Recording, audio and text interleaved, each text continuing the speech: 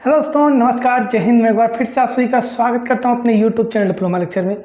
तो जैसा कि आप सभी का जो एग्ज़ाम डेट है वो आ चुका है कि आप सभी का एग्ज़ाम्स कब से है और कौन सा एग्ज़ाम किस दिन होगा, ये सारी चीज़ें आ चुकी हैं, शेड्यूल जारी हो चुका है। तो आई होप कि आप सभी अपने एग्ज़ाम्स की जो तैयारी है वो अच्छे से कर रहे होंगे और जो आपका अपना यूट्यूब चैनल डिप्लोमा लेक्चर है वो आप सभी को बहुत हेल्प कर रहा होगा आप सभी को जो सेमेस्टर एग्ज़ाम्स हैं उसकी तैयारी करने में।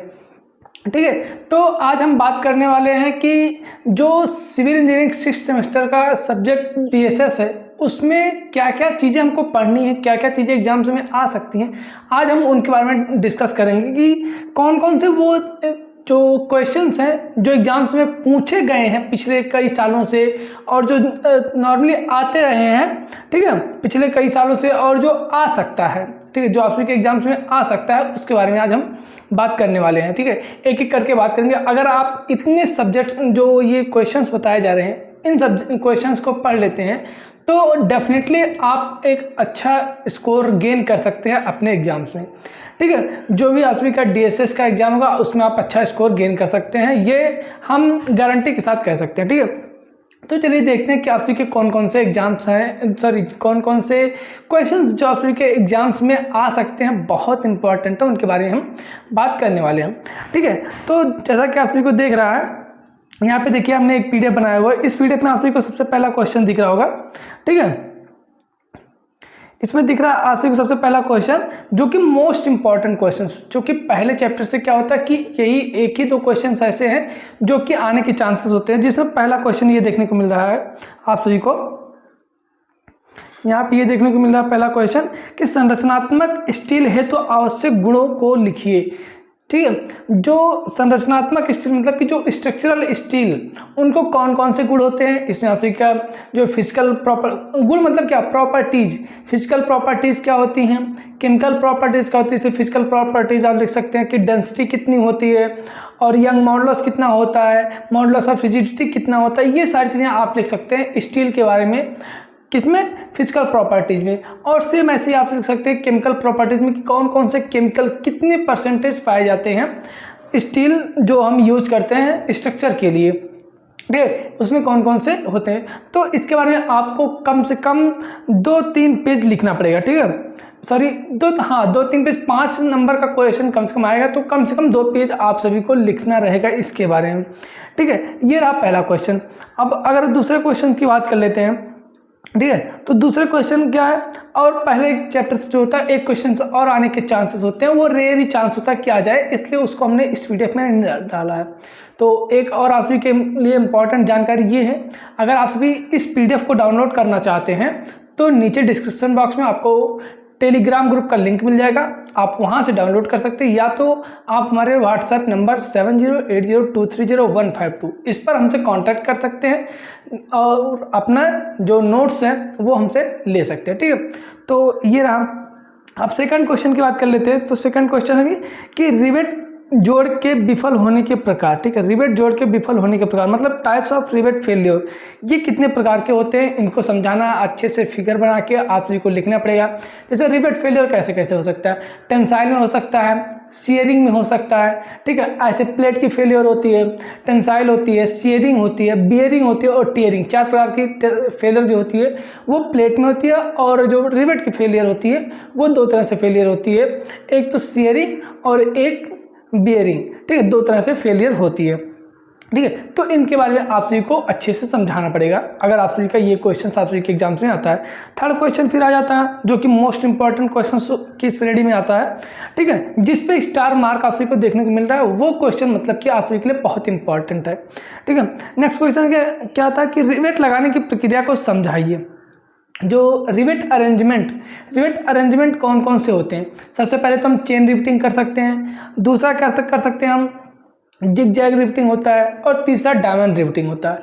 इनको कैसे कैसे हम अरेंज करते हैं, क्या क्या चीज़ें हमको ध्यान देनी चाहिए, ठीक है, कितनी लाइंस ऑफ रिवेट रहेंगी, इन सारी चीज़ों को आपको लिखना रहेगा और फिगर के माध्यम से आपको बताना रहेगा कि ये जिगजैग रिवेटिंग है, ये चेन रिवेटिंग है और ये डायमंड रिवेटिंग के अंतर्गत आते हैं।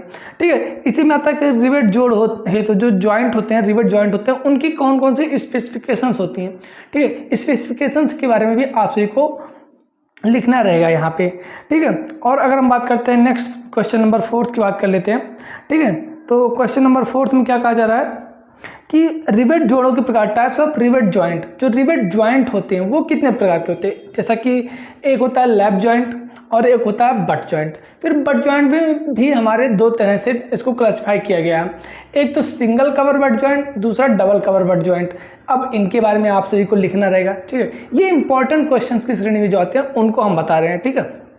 तो ये हो गया, ठीक है। रिवेट अगर जॉइंट के बारे में आता है तो सचित्र आपको वर्णन करना पड़ेगा इन सब के बारे में, ठीक है। नेक्स्ट क्वेश्चन क्या है, क्वेश्चन नंबर 5, जो कि इंपॉर्टेंट क्वेश्चन की श्रेणी में आ जाता है, क्योंकि देखिए ये बोल्ट से क्वेश्चन दिया गया है। क्या क्वेश्चन है कि विभिन्न प्रकार के बोल्ट का सचित्र वर्णन कीजिए।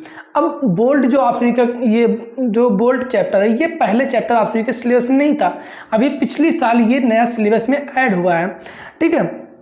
तो इसलिए ये आप सभी के लिए इम्पॉर्टेंट हो जाता है। इससे क्वेश्चंस पिछली बार नहीं आया था, लेकिन अब की बार आने के चांसेस है। इससे न्यूमेरिकल भी आ सकता है और आप सभी का ये जो थ्योरी है ये भी आ सकता है, ठीक है। डिजाइन करने के लिए आ सकता है कि बोल्ट जो स्ट्रेंथ है डिजाइन कीजिए, इन सब के बारे में भी क्वेश्चंस आ सकते हैं। न्यूमेरिकल देखिए इससे आने के चांसेस है। वैसे क्या होता है, इसके फार्मूला बड़े बड़े हैं, इसीलिए फार्मूला बेस्ड क्वेश्चंस कम आने के चांसेस है, लेकिन अगर दे देता तो फिर क्या ही कर सकते हैं उसमें, लेकिन अगर ऑप्शन रहता तो अच्छी बात है, हम कर सकते हैं, ठीक है। ये हुआ बोल्ट से एक ही क्वेश्चन हमने डाला, चूंकि ये कभी आया नहीं हुआ है और ये हमको लगा कि ये चीज़ आ सकती है, इसलिए हमने एक क्वेश्चन इसमें डाल दिया, ठीक है। अब क्वेश्चन नंबर 6 की बात कर लेते हैं, ठीक है। अब यहाँ पे देखिए क्वेश्चन आ सकता है क्या कि निम्नलिखित को समझाइए, या फिर क्वेश्चन आ सकता है कि एक ऐसे क्वेश्चन आ जाएगा जिसमें आप देखो रिवेट का जॉइंट जो होगा, जॉइंट का फिगर बनाएंगे, उसमें आप बताएंगे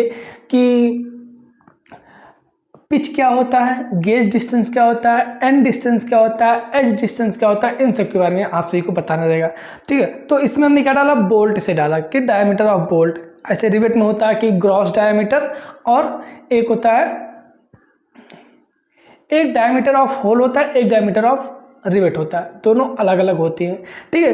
तो इनके बारे में आप सभी को लिखना रहेगा। यहाँ पे हमने आपको बोल्ट के बारे में बताया कि बोल्ट का डायमीटर क्या होता है, पिच क्या होता है, गेज डिस्टेंस क्या होता है, किनारा दूरी मतलब कि एज डिस्टेंस क्या होता है, और टैकिंग बोल्ट या फिर टैकिंग रिवेट, ये क्वेश्चन सकता है, टैक रिवेट टैक बोल्ट, ठीक है। ऐसे टैकिंग रिवेट यूज करते हैं हम टेंशन मेंबर या फिर जब कंप्रेशन मेंबर डिजाइन करते हैं तो वहाँ पे भी इसका प्रयोग हम करते हैं, ठीक है। तो ये क्वेश्चन रहा क्वेश्चन नंबर 6।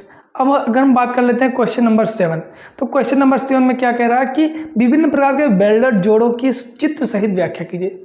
नेक्स्ट चैप्टर आता है वेल्ड में क्या क्वेश्चन आ सकता है कि जो जॉइंट होते हैं, वेल्डेड जॉइंट, जिसमें आपको फिलेट जॉइंट देखने को मिल जाएगा, ऐसे 3-4 प्रकार के आपको जॉइंट देखने को मिल जाएंगे। अब उसमें भी डिफरेंट टाइप्स के आप सभी को जॉइंट देखने को मिल जाएंगे, तो इन सब से क्या होता है क्वेश्चन आ सकता है। तो इसलिए इस जो चैप्टर है इसको आप अच्छे से पढ़िए। इस चैप्टर से क्वेश्चन फिक्स है कि 2-3 क्वेश्चन है वही फिक्स से आने हैं, और एक न्यूमेरिकल छोटा सा आ सकता है जिसमें आपको थ्रोट थिकनेस ज्ञात करने के लिए कह सकता है या फिर स्ट्रेंथ ज्ञात करने के लिए कह सकता है, ठीक है। ये चीज़ कह सकता है आपसे, ठीक है। ये पहला क्वेश्चन हो गया कि वेल्डेड जोड़ों की चित्र सहित व्याख्या कीजिए। नेक्स्ट आ सकता है क्वेश्चन नंबर 8, जिसमें कह रहा है कि वेल्डिंग के लाभ और हानियाँ लिखिए, मतलब advantage and disadvantages of welding, ठीक है। एडवांटेज क्या है और डिसएडवांटेज क्या है वेल्डिंग के, ये पिछली बार भी क्वेश्चन आया था, पिछली बार भी क्वेश्चन आया था। मतलब ये क्वेश्चन ऐसा क्वेश्चन है जो कि बार बार रिपीट होता है, ठीक है। तो ये क्वेश्चन आ सकते हैं। कभी कभी क्या होता है केवल लाभ पूछ लेता है और उसमें एक सेक्शन और दे देगा, कोई और एक छोटा सा क्वेश्चन जैसे थ्रोट थिकनेस याद करने के लिए दे देगा, 5 नंबर का ये हो जाएगा, 2.5 नंबर का। ऐसे कर सकता है, या तो आपसे इसे लाभ और हानि दोनों पूछ सकता है, इस तरह से क्वेश्चन पूछ सकता है, ठीक है। तो ये क्वेश्चन इंपॉर्टेंट इसलिए हो जाता है, ठीक है, क्योंकि बार बार ये पूछे जाते हैं। और एक क्वेश्चन और इम्पॉर्टेंट इस चैप्टर से हो जाता है कि वेल्ड तथा रिवेट जोड़ों की तुलना कीजिए। मतलब कि जो वेल्डिंग होता है और जो रिवेट जॉइंट होता है, इन दोनों में अंतर, डिफरेंस या फिर कंपैरिजन करने के लिए आता है, जो कि आप सभी के लिए इम्पॉर्टेंट हो जाता है, ठीक। तो इसको भी आप अच्छे से पढ़ेंगे। नेक्स्ट आ जाता है टेंशन, ठीक है। जो टेंशन मेंबर होता है उससे क्वेश्चंस आ जाते हैं, ठीक है। ये इससे फिक्स होता है कि यही क्वेश्चंस आना है। जैसे कि क्या होता है, ठीक है, जैसे कि अगर हम बात कर लेते हैं, पहला क्वेश्चन क्या आ सकता है कि टेंशन स्प्लाइस क्या होते हैं, इसका जो अविकल्पन किस प्रकार से हम करते हैं, मतलब कि डिजाइन स्टेप लिखना रहेगा आपको। टेंशन जो स्प्लाइस होता है, अब टेंशन स्प्लाइस क्या होता है ये आप सभी ने आज भी पढ़ा होगा। अब पढ़ने का वो 0 से पढ़ने का टाइम गया, अब आपको वो चीज़ें पढ़नी जो आप सभी के एग्जाम्स में आएंगी, ठीक है। इसलिए आप पूरा पढ़ने की कोशिश मत कीजिए, जितना हम बता रहे हैं उतना पढ़ लीजिए। आपको आसानी से आप कोई प्रीवियस ईयर क्वेश्चन पेपर उठा लीजिए, वहाँ से चाहे इसको पढ़ सकते हैं, चाहे आप बुक से पढ़ सकते हैं, या तो आप सभी के पास कोई नोट्स होगा आप उस नोट्स से पढ़ सकते हैं, लेकिन कहीं ना कहीं से आपको इसको पढ़ना पड़ेगा, ठीक है, अगर आप अच्छा नंबर गेन करना चाहते हैं, ठीक है। तो ये क्वेश्चन हो गया कि टेंशन स्प्लाइस हो गया और डिजाइन ऑफ टेंशन स्प्लाइस हो गया, ठीक है। नेक्स्ट आ जाता है कि तनन अवयव के अभिकल्पन के चरण के, ये इंपॉर्टेंट बहुत ज़्यादा। टेंशन मेंबर और कंप्रेशन मेंबर दोनों में से किसी एक का आना तय होता है कि डिजाइन स्टेप लिखिए। तो यहाँ पे हमने क्वेश्चन में डाला सबसे पहले क्या, तनन अवयव के अभिकल्पन के चरण लिखिए, मतलब design steps for tension member, जो तनन अवयव होता है उसके डिजाइन के स्टेप लिखिए। इसमें 5-6 स्टेप्स हैं, ज़्यादा स्टेप्स नहीं, लेकिन फॉर्मूला है, ठीक है। ए नेट ए ग्रॉस सारी चीज़ें ज्ञात करने के लिए फॉर्मूला है, उस फॉर्मूले को आप याद रखिएगा। एक चीज़ और, यहाँ पे कई लोगों का ये डाउट रहता है कि सर क्या IS कोड हमको एग्जाम्स में दिया जाएगा। तो हाँ, आपको IS कोड एग्जाम्स में दिया भी जा सकता है और नहीं भी दिया जा सकता है। अगर कॉलेज वाले अलाउ करते हैं कि आप लोग घर से अपना मतलब कि रूम से लेके आइए IS कोड, तो आप सभी को IS कोड कौन सा लगेगा, IS 800 2007 लगेगा। आप चाहें तो इसको डाउनलोड कर सकते हैं और प्रिंट करवा लीजिए इसको, ठीक है, इसको प्रिंट करवा लीजिए। अगर अभी तक आपसे ने प्रिंट नहीं करवाया, अगर आप अपने कॉलेज में पूछ लीजिए कि यहाँ पे आप सभी को देंगे कि नहीं, ठीक है, अगर देंगे तो ठीक है, और नहीं देंगे तो आपको घर से अपने लेके जाना पड़ेगा इसके लिए, ठीक है।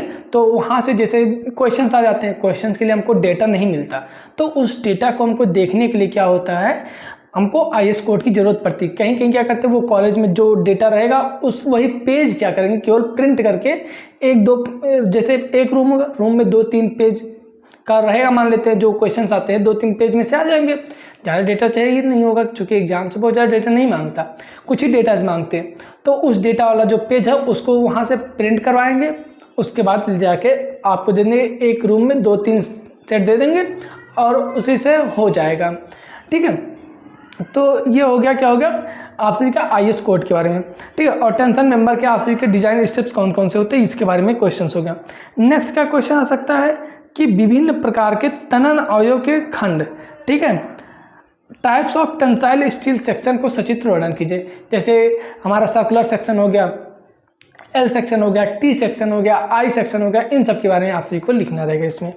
नेक्स्ट बात करते हैं, क्वेश्चन नंबर 13 की बात कर लेते हैं, ठीक है, जो कि कंप्रेशन मेंबर से आ जाता है। कंप्रेशन मेंबर से क्वेश्चन ये इंपॉर्टेंट है, अभी हमने आपको बताया कि कंप्रेशन मेंबर के अभिकल्पन के चरण, मतलब कि design steps for compression member, design steps for compression member. Compression member के कौन कौन से स्टेप्स होते हैं जो कि हम डिजाइन करते हुए, फॉलो करते हुए डिजाइन करते हैं कंप्रेशन मेंबर को, ठीक है। इसमें भी आपको एरिया निकालना होगा, फिर लोड निकालना होगा, फिर इसमें क्या होगा, कई डेटा मानना पड़ता है, कई डेटा क्या होता है IS कोड से लेना पड़ता है, ठीक है। तो फॉर्मूला आपको याद रखना पड़ेगा, क्योंकि ये जो 5-6 स्टेप्स है, बहुत ज़्यादा 8 स्टेप जाएंगे, इससे ज़्यादा स्टेप नहीं जाएगा, ठीक है। इसका अगर आप लोग कमेंट करेंगे तो इसका सोल्यूशन भी आप सभी को टेलीग्राम ग्रुप पर प्रोवाइड करा दिया जाएगा, ठीक है। नेक्स्ट क्वेश्चन क्या आता है कि जालक पद्धति को समझाइए तथा अभिकल्पन की विधि को स्पष्ट करें, ठीक है। अब लेसिंग सिस्टम क्या होता है, लेसिंग पैटर्निंग, 2 सिस्टम्स होते हैं, इन दोनों के बारे में क्वेश्चंस फिक्स ही आना है, ठीक। तो यहाँ पे क्या है, लेसिंग सिस्टम को समझाइए तथा अभिकल्पन की विधि लिखिए। किस तरह से इसको डिजाइन करते हैं उसको आपको लिखना पड़ेगा कि कितना एंगल लगता है, लेसिंग पैटर्निंग दोनों का अलग अलग होता है, एंगल होता है, एंगल, ठीक है। इन सारी चीज़ों को कैसे डिजाइन करेंगे, कितना रिवेट लगाएंगे, कहाँ अगर बोर्ड लगाना तो बोर्ड लगाएंगे, कितने mm का रिवेट लगाएंगे, सारी चीज़ें आप सभी को इसमें बताना पड़ेगा, ठीक है। नेक्स्ट क्वेश्चन आ जाता है जो कि बहुत इंपॉर्टेंट हो जाता है, चूँकि स्टार मार्क इस पर लगा हुआ है। क्वेश्चन नंबर 15, लेसिंग तथा बैटनिंग पद्धति को समझाते हुए अंतर स्पष्ट कीजिए, ठीक है। लेसिंग सिस्टम क्या होता है इसको आप सभी को लिखना पड़ेगा हेडिंग डाल के, फिर आप सभी को नेक्स्ट क्वेश्चन लिखना, नेक्स्ट स्टेप लिखना पड़ेगा कि बैटनिंग सिस्टम क्या होता है। फिर आप सभी को एक लाइन, एक पेज में तो आप इतना लिखेंगे, सेकंड पेज में क्या करेंगे आप, कम से कम इसमें जैसे जिस सबसे जो 5 नंबर क्वेश्चन, कम से कम आप 8 से 10 अंतर इसमें अगर स्पष्ट करते हैं तो यह आप सभी को अच्छा नंबर देगा, ठीक है। जैसे अब आप 2-3 लाइन का क्वेश्चन का जो आंसर है वो लिख देंगे तो आपको उतना बढ़िया नंबर नहीं मिलेगा। आपको पेज भरने से मतलब है, लेकिन पेज इतना भी नहीं भरना है कि वो नंबर काट ले, कि वो समझ जाएगा कि इसने पेज भरा है, इतना लिखने की चीज़ नहीं थी लेकिन इसने पेज कहाँ से भर दिया। जब इतना लिखने की चीज़ नहीं थी, बहुत ज़्यादा पेज भरने से भी नहीं मतलब होता है। आपको वही चीज़ें लिखनी है जो उसने पूछा है। बहुत ज़्यादा अगर आप लिखते हैं तो भी वो नहीं सही होता, ठीक है। वहाँ पे एग्जामिनर समझ जाता है तो है कि इसको समझ में नहीं आ रहा चीज़ें, ठीक है, तो उसने फालतू का कुछ चीज़ लिख दिया होगा, ठीक है। अब अगर हम बात कर लेते हैं नेक्स्ट, ठीक है, क्वेश्चन नंबर 16 की बात कर लेते हैं। तो क्वेश्चन नंबर 16 में क्या कर रहा है, रूफ ट्रस क्या होता है, विभिन्न प्रकार के रूफ ट्रस क्या होता है, इसके बारे में लिखना होगा। क्वेश्चन नंबर 17 है, रूफ ट्रस का चित्र बनाकर विभिन्न भागों को समझाइए, ठीक है। जैसे पर्लिन क्या होता है, और इसमें कई मेंबर्स होते हैं, राफ्टर, पर्लिन, ये सारी चीज़ों को आपको समझाना रहेगा। फिर क्वेश्चन नंबर 18, विभिन्न प्रकार के स्तंभाधार, ये बहुत इंपॉर्टेंट होता है कि जैसे स्लैब बेस हो गया और कॉलम बेस हो गया, और ऐसे ही एक क्वेश्चन आते हैं, ठीक है। आज मौसम थोड़ा सुहाना हुआ है, बढ़िया है, तो आप लोग पढ़ते रहिए, ठीक है। तो इसमें आप सभी का स्लैब बेस का जो है वो आप सभी का डिजाइन भी सिलेबस में दिया गया, तो डिजाइन भी पूछ सकता है आप सभी से, ठीक है। बाकी नेक्स्ट क्वेश्चन देखते हैं, क्वेश्चन नंबर 19, ठीक है। क्वेश्चन नंबर 19 में क्या कह रहा है कि वेब विकलांगता, ठीक है, क्या कह रहा है कि वेब विकलांगता क्या होता है, वेब बकलिंग क्या होता है, मतलब web crippling, web buckling, built up beam और slenderness ratio, least radius of gyration, इसके बारे में डेफिनेशन लिखने के लिए आ सकता है, ठीक है। नेक्स्ट क्वेश्चन आ जाता है, पार्श्विक आबद्ध धरण, मतलब कि लैटरल रिस्ट्रेंड बीम क्या होता है, इसके बारे में समझाना रहेगा। आपको फिक्र बना के अच्छे से सारी चीज़ें एक्सप्लेन करनी रहेंगी। नेक्स्ट क्वेश्चन क्या आ जाता है कि 21, ठीक है। क्वेश्चन नंबर 21, प्लेट गर्डर क्या है, समझाइए, विभिन्न भागों को लिखिए, ठीक है। ये क्वेश्चन आप तरीके से पूछे जा सकते हैं, ठीक है। तो ये ओवरऑल पूरा रहा। और एक चीज़ को यहाँ पे हम बता दें, रिवेट, यहाँ से न्यूमेरिकल फिक्स से आना है, रिवेट से एक न्यूमेरिकल फिक्स है 2.5 नंबर या फिर 5 नंबर, ठीक। 5 नंबर आप मान लीजिए क्वेश्चन यहाँ से आ सकता है न्यूमेरिकल, ठीक है। 5 से 10 नंबर भी ये हो सकता है रिवेट से। और क्वेश्चन कहाँ से आप सभी का आ सकता है, और अगर बात कर लेते हैं, क्वेश्चन आप सभी का आ सकता है वेल्डिंग से, ठीक है, वेल्डिंग से क्वेश्चन आ सकता है आप सभी का। और कहाँ से आ सकता है, टेंशन मेंबर से आ सकता है, ठीक है, टेंशन मेंबर से आ सकता है। और कंप्रेशन मेंबर से आ सकता है, कंप्रेशन मेंबर से क्वेश्चन आ सकता है। टेंशन मेंबर से आएगा तो थोड़ा सा हार्ड हो जाएगा आप सभी के लिए, इसलिए आप न्यूमेरिकल को वहाँ पे मत सॉल्व कीजिएगा। आप वहाँ पे जो थ्योरी क्वेश्चन रहेगा उसको आप सॉल्व करने की कोशिश कीजिएगा। अगर आप सभी को आता है तो अच्छी बात है, आप न्यूमेरिकल सॉल्व कीजिए, न्यूमेरिकल में अच्छे मार्क्स मिल जाएंगे आप सभी को, ठीक है। तो ये रहा कि आप सभी का किस किस चैप्टर से कौन कौन से क्वेश्चंस आते हैं। न्यूमेरिकल आप जरूर सॉल्व कर लीजिएगा, रिवेट का सॉल्व कर लीजिएगा, बेल्ट का सॉल्व कर लीजिएगा, ये इजी होते हैं, नंबर आप सभी को यहाँ पे अच्छा मिल सकता है, ठीक है। नंबर आप सभी को यहाँ पे अच्छा मिल सकता है। एक सेकंड, गर्मी बहुत हो रही है, ठीक है।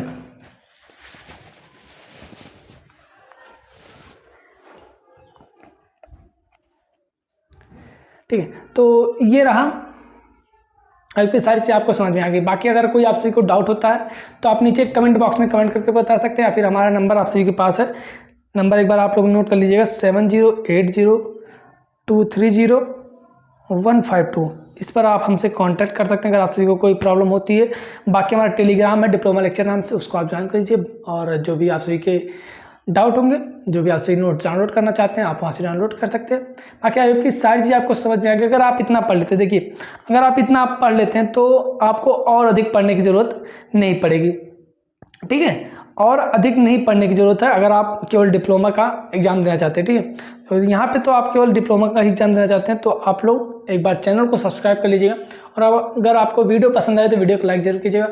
मिलता है आपसे नेक्स्ट वीडियो, तब तक के लिए बने रहिए हमारे साथ। धन्यवाद, थैंक यू।